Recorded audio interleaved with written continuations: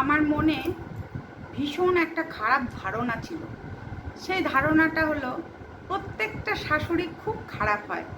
কারণ আমি আমার ঠাকুমা দেখেছি আমার মাকে প্রচুর টর্চার করতে। টর্চার বলতে গায়ে হাত নয়, টর্চার হচ্ছে মানসিক টর্চার, খাওয়া দাওয়ায় কষ্ট দেওয়া, সব সময় পেছনে লেগে থাকা, এরকম কষ্ট। 24 ঘন্টা কাজ করানো। তখনকার দিনে তো বাড়িতে কাজের লোক অত থাকতো না, না, যার জন্য 24 ঘন্টা আমার মাকে পরিশ্রম করতে হতো। সারাদিনে আমার মা একটু বিশ্রাম পেত না। দেখেছি ঠাকুমার অত্যাচার। তারপরে দেখলাম দিদির যখন বিয়ে হলো, দিদি বিয়ে করার পরে চাকরি করে বলে আমার দিদির শাশুড়ি মাসিমা দিদিকে পছন্দ করে নিয়ে গেল না, যেহেতু চাকরি করে। তা তাদের একটি লোভ ছিল যে আমার দিদি যে স্যালারিটা পাবে সেই স্যালারিটা পুরো তাদের ওপর তাদেরকে দেবে, তা তাদের ওপরেই পড়বে গিয়ে। কিন্তু দিদি যখন প্রথম স্যালারি পেল বিয়ের পরে, তখন শাশুড়ি মায়ের হাতে কিছু টাকা দিয়েছে, কিছু টাকা দিদি নিজের কাছে রেখেছে। তখন শাশুড়ি মা বলল যে তুমি চাকরি করবে এখান থেকে, খাবে দাবে এখান থেকে, তাহলে তুমি পুরো স্যালারিটা তোমার কাছে কেন রাখলে? টাকাটা পুরো আমার সংসারেই দিতে হবে বা আমার হাতেই দিতে হবে। তখন দিদি বললো এই সংসারে আমি থাকবো না। তাও ঠিক আছে, আমি পুরো স্যালারি আপনার হাতে দেবো না, আমি তো আপনাকে দিচ্ছি কিছু, সংসারের জন্য তো আমি কিছু দিচ্ছি। আর আমার বাবা মা যে এত কষ্ট করে আমাকে মানুষ করলো, তাহলে আমার বাবা মার ওপর কি আমার কোনো দায়িত্ব কর্তব্য নেই? আমার তো ভাই নেই, আমরা তো দুটো বোন। আমাদের এত কষ্ট করে আমার বাবা মা মানুষ করেছে, তা সেখানে আমি আপনাকে পুরো টাকা কেন দেবো? আমার বাবা মার ওপরও তো আমার দায়িত্ব আছে। দেখেছি দিদির এরকম। তারপর থেকে আমার দিদিকে আমার দিদির শাশুড়ি একদম পছন্দ করতো না, ভালোবাসতো না। হ্যাঁ, মানে শুধু সেই টাকার প্রতি তার লোভটা ছিল, আমার দিদিকে একটুও পছন্দ করতো না।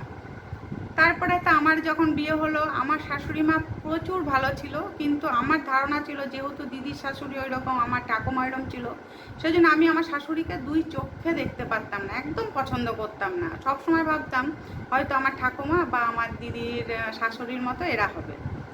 তো একদিনকে আমার শাশুড়ি মা আমাকে বললো, বৌমা তুমি কবে থেকে চাকরিতে জয়েন করবে? তা আমি বললাম, মনে মনে ভাবলাম আমার চাকরি নিয়ে ওনারা তো ব্যস্ততা কিসের, কেন কবে স্যালারি পাবো সেই টাকার লোভে।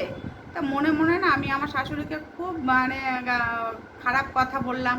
এবং শাশুড়ি মা আমাকে যত বেশি ভালোবাসতো, আমি তত শাশুড়ি মাকে ঘৃণা করতাম। কেননা শাশুড়ি মা নামটাই আমার কাছে যেন একটা ঘৃণার কথা ছিল, ঘৃণার কথা ছিল। মানে যেহেতু দেখেছি আমি ছোটোবেলা থেকে ওই রকম কষ্ট পেতে সবাইকে।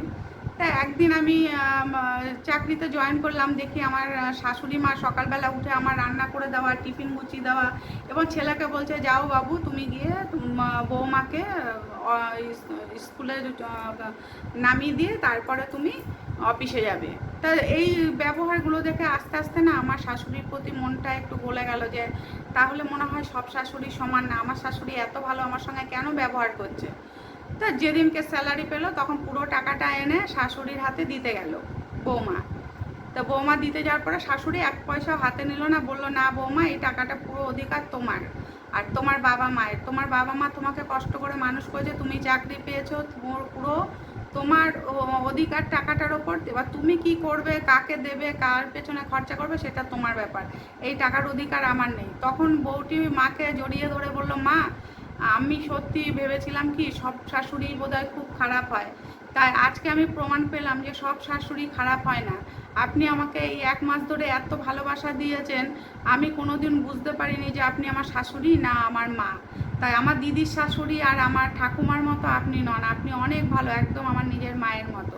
তাই আমার মতো ধারণা কার কার আছে, এবং সব সময় মনের যেই কথাটা সেটা কিন্তু ঠিক হয় না। সব সময় ব্যবহার পেলে বা সবার সঙ্গে থেকে বোঝা যায় যে মানুষটা আসলে কীরকম। যেমন আমার ধারণা ভুল ছিল, যে আমার শাশুড়িকে পেয়ে কিন্তু আমি বুঝতে পেরেছিলাম যে এরকম মানুষ আর পৃথিবীতে একটাও হয় না। তা ঠাকুমা আর আমার মাসিমার মতো কিন্তু আমার শাশুড়ি মা নন, উনি একদম আমার মায়ের মতো মা হলেন। তাই বলবো যে সবাইকে যে মনের ধারণা নিয়ে কেউ থাকবে না, ব্যবহার আগে দেখো, ব্যবহার করো, তবে বুঝতে পারবে সেই মানুষটি আসলে কেমন।